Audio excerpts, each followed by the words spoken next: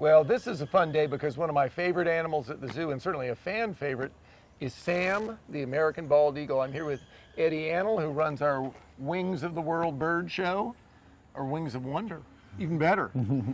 And how old's Sam? And tell us a bit. So Sam is now 20 years old, and he's been here at the Cincinnati Zoo since 2003.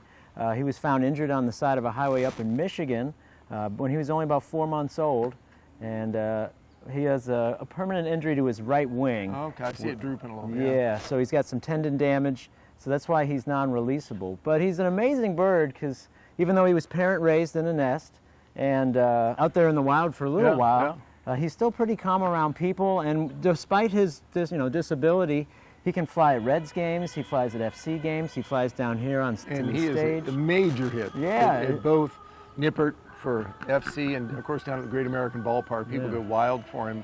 That's interesting that he can fly, even though I can tell even from here that he's got a little trouble with his wings. So he gets up speed, but he probably wouldn't be able to fly away. No, yeah, exactly. He kind of uses what I like to call just the roller coaster effect. As long as he starts up high and he goes down, he kind of gets that momentum. And he's like a big paper airplane. So he gets that momentum that he would normally kind of make on his own by soaring around. And then he can basically almost fly like a normal eagle for a good 300 feet. And it's really neat how he adjusts to wind and has figured it out despite his disability.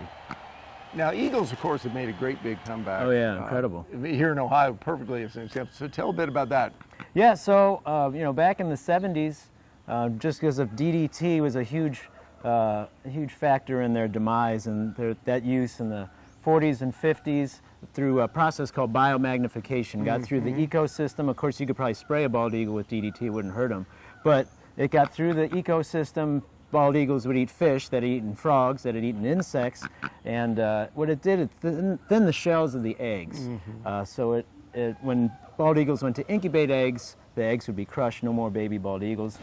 Year after year that would happen, so that's, Rachel Carson and the Silent Spring and leading to the ultimate banning of DDT, and it took, a good probably 30 years for the environment to get purged of the DDT. But now, like I said, 4 bald eagle nests in Ohio in the 70s, none in Kentucky and Indiana. And now this summer, between those 3 states, there's almost 500 bald eagle nests. Isn't that great? There's almost 300 just in Ohio alone. So it's a remarkable, comeback story. It's a great comeback, and it's good for us too, because of course, for them to come back, the water has to be cleaner. They need more fish, right? Yeah, exactly. Yeah. So that's good news for us too. If you're out there fishing, if it's good enough for bald eagles, it's certainly good enough for us.